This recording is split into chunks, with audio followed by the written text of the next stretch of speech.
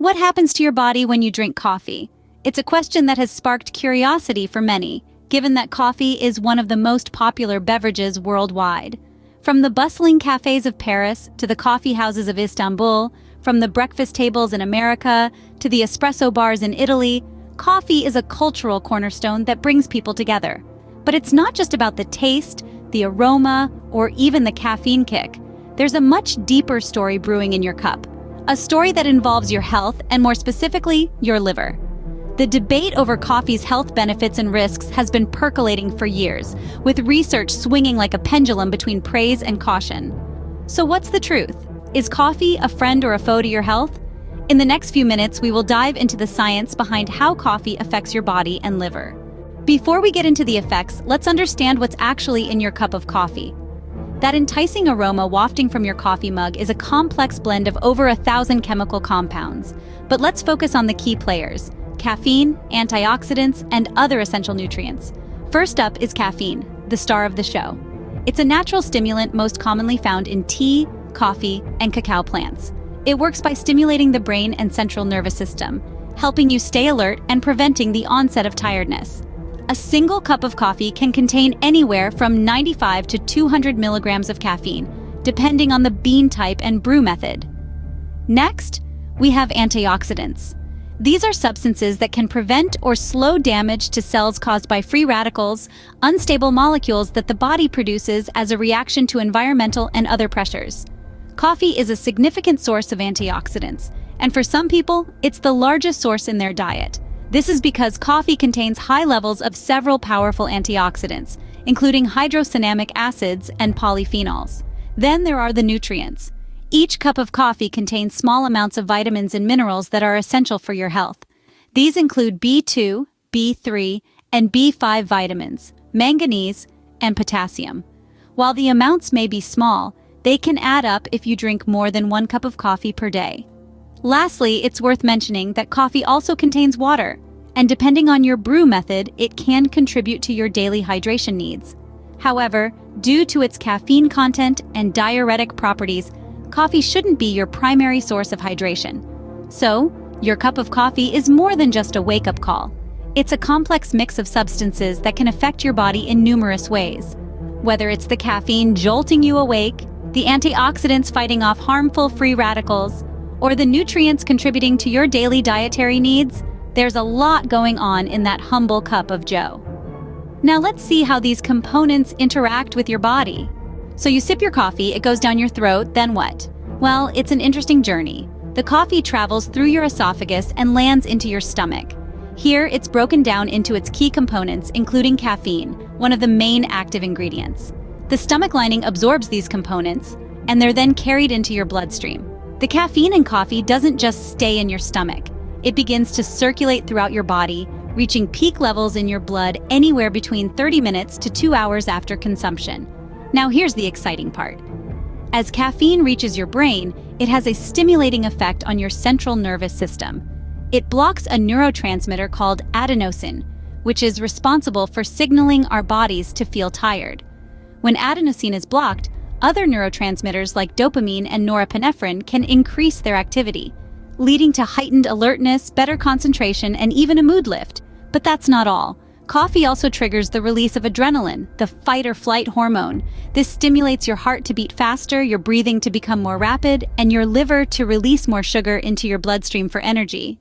It's like your body is preparing for a big event or challenge, even if you're just sitting at your desk or on your couch. Of course, these effects are temporary and vary from person to person.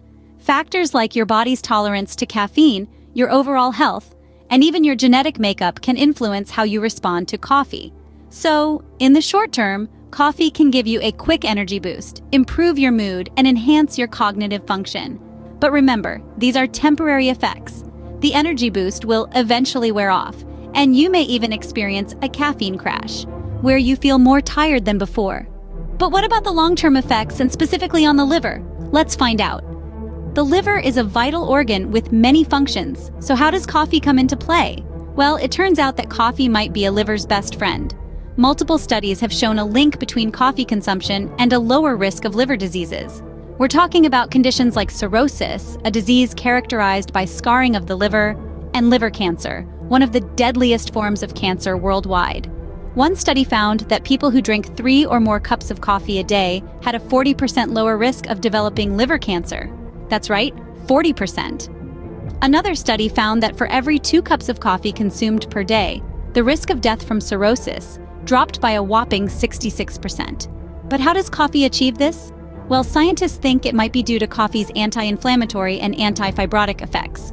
Inflammation is a key player in many liver diseases, and fibrosis, or scarring, is a major consequence. Coffee seems to dampen inflammation and slow the fibrotic process, giving the liver a chance to heal. It's also worth noting that coffee is chock full of antioxidants. These are molecules that protect our cells from damage.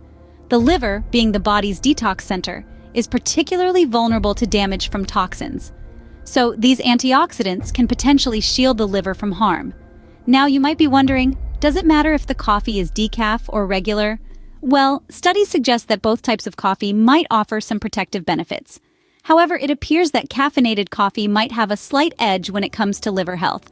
But remember, everything comes with a caveat. While coffee might be beneficial for the liver, it's not a magic potion.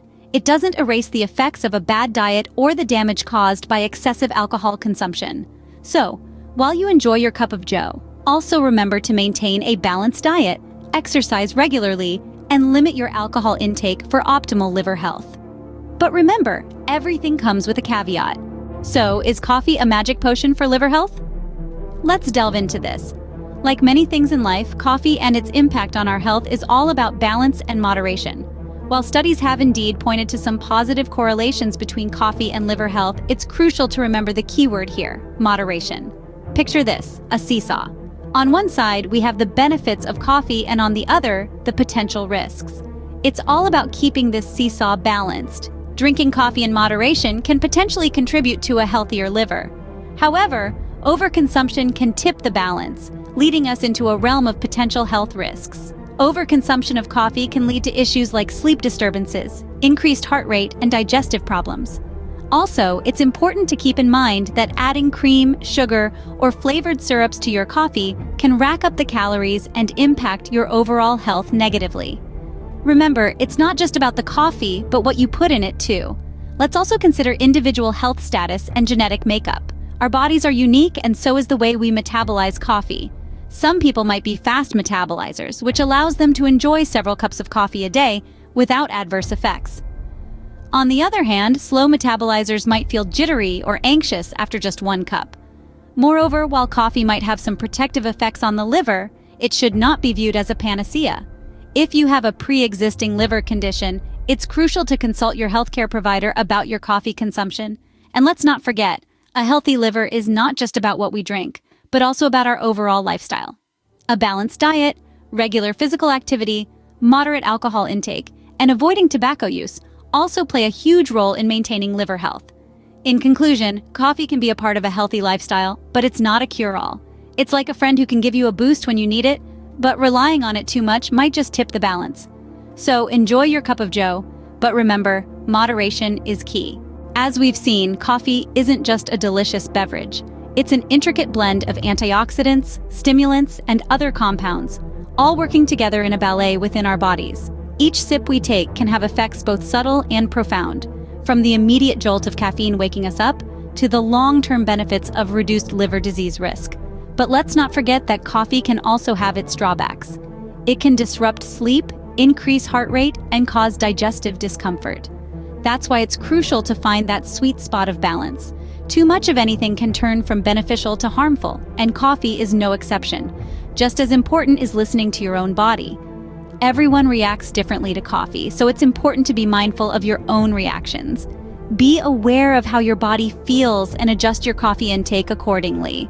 So next time you sip your coffee, remember, it's more than just a cup of joy. It's a complex potion interacting with your body in fascinating ways.